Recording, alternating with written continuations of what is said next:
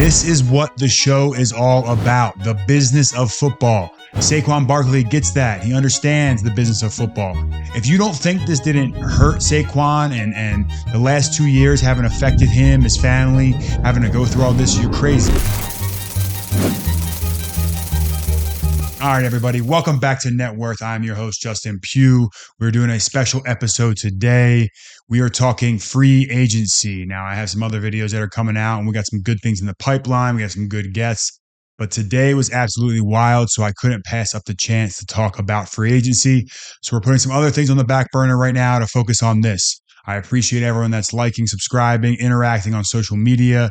I'll continue to put out this content if you guys continue to like it, listen, and engage. So subscribe to my channel. It's been a crazy, crazy day all across the NFL, and it can't get any crazier than my own team, the New York Giants. Obviously, I guess today I'm technically not a New York Giant anymore, but I'm always a New York Giant. They can't take that from me just yet. But the news out of New York is obviously all about Saquon Barkley. Signed a 3-year, $37.75 million contract that could be worth up to $46.75. He got $26 million fully guaranteed at signing. He now beats the franchise tag number that he was supposed to play on and has the maximum average per year salary of $15.833 million, which would be the second highest for running backs ever. This is what the show is all about, the business of football. Saquon Barkley gets that. He understands the business of football. If you don't think this didn't hurt Saquon and the last 2 years haven't affected him, his family, having to go through all this, you're crazy. He is one of the best teammates I've ever played with, one of the best men I've ever played with. The Giants clearly also drew a line in the sand, like Saquon, and said, hey, we're not willing to pay more than this position. They went out and signed another running back, Devin Singletary from the Houston Texans, for a lot less dollars than would have paid Saquon. So clearly the Giants and their philosophy is we're not going to pay the running back position. And if we would love to have you here, you're the face of the franchise. And never I don't think the Giants ever came out and said they never disrespected him. I guess by not offering what he wanted, that is disrespectful. But I think both sides are going to win at the end of the day. The Giants can use those dollars to go do other things. They got another running back, and they're going to go. We're going to talk about it. We're going to get to the Giants. Let's just circle back to Saquon because I really think he deserves his flowers. He's one of the best to ever lace it up for the New York Giants. Coming in as a number 2 overall pick, changed the league. He's an icon. I mean, the list goes on and on. And everyone wants to be mad, and let's let the emotions subside for a minute and realize all that he did for the franchise and all he did this season, and what he had to do to take care of his family. He has his kids that he has to take care of. He has family that he's obligated to. I mean, there's so many different things that go into this situation, and for a guy to receive the backlash, obviously I get it. It's sports. People are emotional. But once the emotions die down, I hope everyone realizes the value that he brought to the organization. When you thought New York Giants, you thought Saquon Barkley. And, the one thing that kind of shocked me a little bit was Tiki Barber fired off that tweet saying, you're dead to us, Saquon, good luck, you're dead to me. And I know he came out saying if he ever went and signed with the Eagles, that would be the case. And I think Tiki's a guy that he's in the media, so obviously he's saying things for the attention and the clicks and the eyeballs. But as a former running back himself, obviously I think he'll walk those statements back eventually as well too, because Saquon and Tiki both know, like no one else does, what it's like to play in New York City at that position and go through all that. So hopefully those two guys squash the beef. Congratulations to Saquon. He signed with the Philadelphia Eagles, as we mentioned, but it's something that he had to do to protect his family, his legacy. And he's going to have to, go back and forth to that situation. It's something that, definitely wasn't easy. But at the end of the day, it's football. It's a business. It's all about dollars in, dollars out. And Saquon Barkley had to maximize. If the Giants were going to pay him significantly less, everyone's like, the Giants gave him the same offer. There is no way the Giants would have offered him the same amount and he would have gone to Philadelphia instead. You're crazy. There's no way that would have happened. So let's move past that. Saquon, good luck in Philly. Obviously, always cheering for you. If we end up back in New York, I hope we beat you 2 times a year. But that remains to be seen. Moving on from Saquon and moving into the other side of this equation, the New York Giants. When you don't give Saquon Barkley the money, who does it go to? Well, they traded for this guy, Brian Burns. He just got traded, 5-year deal, $150 million, 87 and a half guaranteed. We traded the fifth and the second pick. I think this is a home run deal.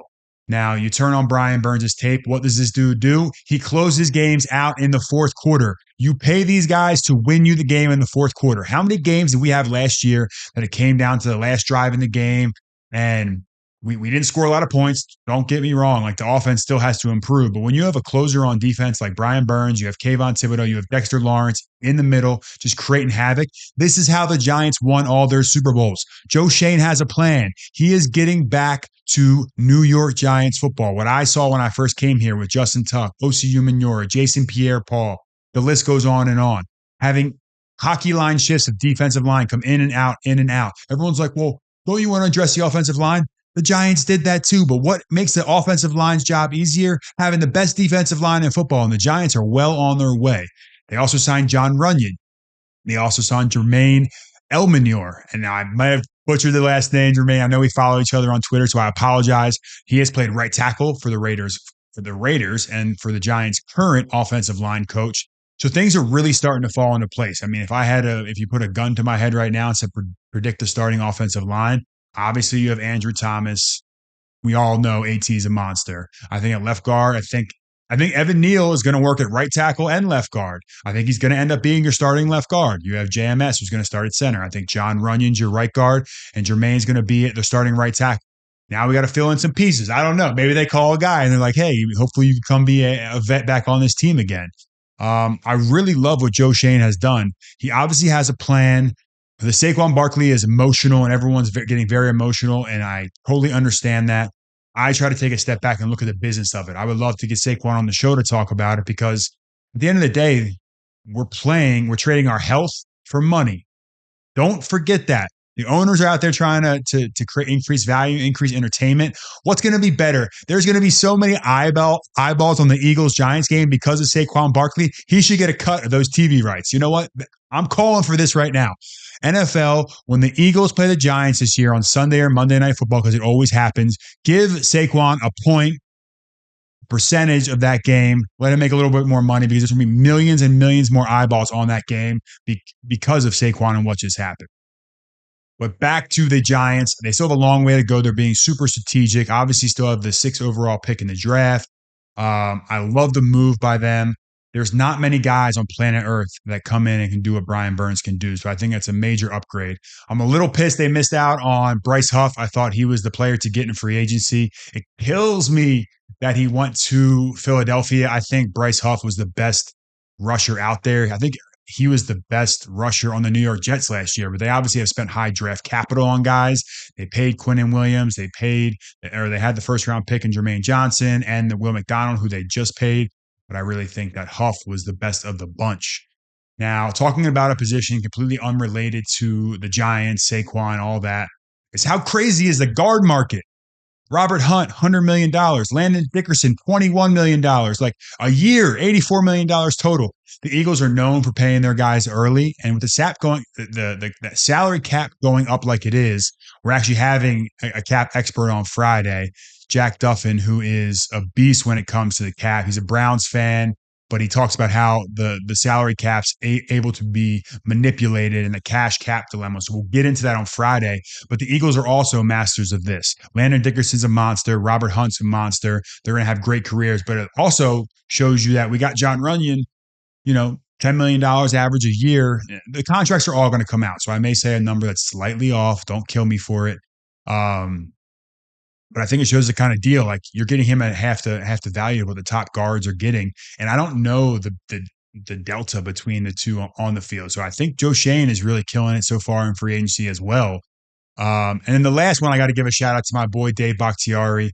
Unfortunate news. He was released from the Green Bay Packers. It's a move that they're getting younger. David, is still a great player. And I think he's going to go somewhere and make an instant impact. You look at my boy, Eric Eric from Sumer Sports mentioned the Chiefs. I think Bach ends up in the Jets with Aaron Rodgers back protecting his blind side. So there you go, Jets. I gave you a shout out. My boy Nate Hackett as the OC. Aaron Rodgers is coming back. I think the Jets are going to be sneaky good next year. Maybe not sneaky good, just straight up good with Aaron Rodgers at the helm. Dave Bakhtiari back protecting his blind side. There's still a lot more to unravel. But I just wanted to drop this quick note. Free agency is off to a crazy start, and no one's called me yet, so don't worry about it. I mean, I'm much later down the road. But thank you guys for tuning into this quick little episode. I might do some more this week talking about free agency and what I think about the guys as they get signed. Tune in, subscribe, like all the things that we had mentioned before, and I will talk to you guys soon.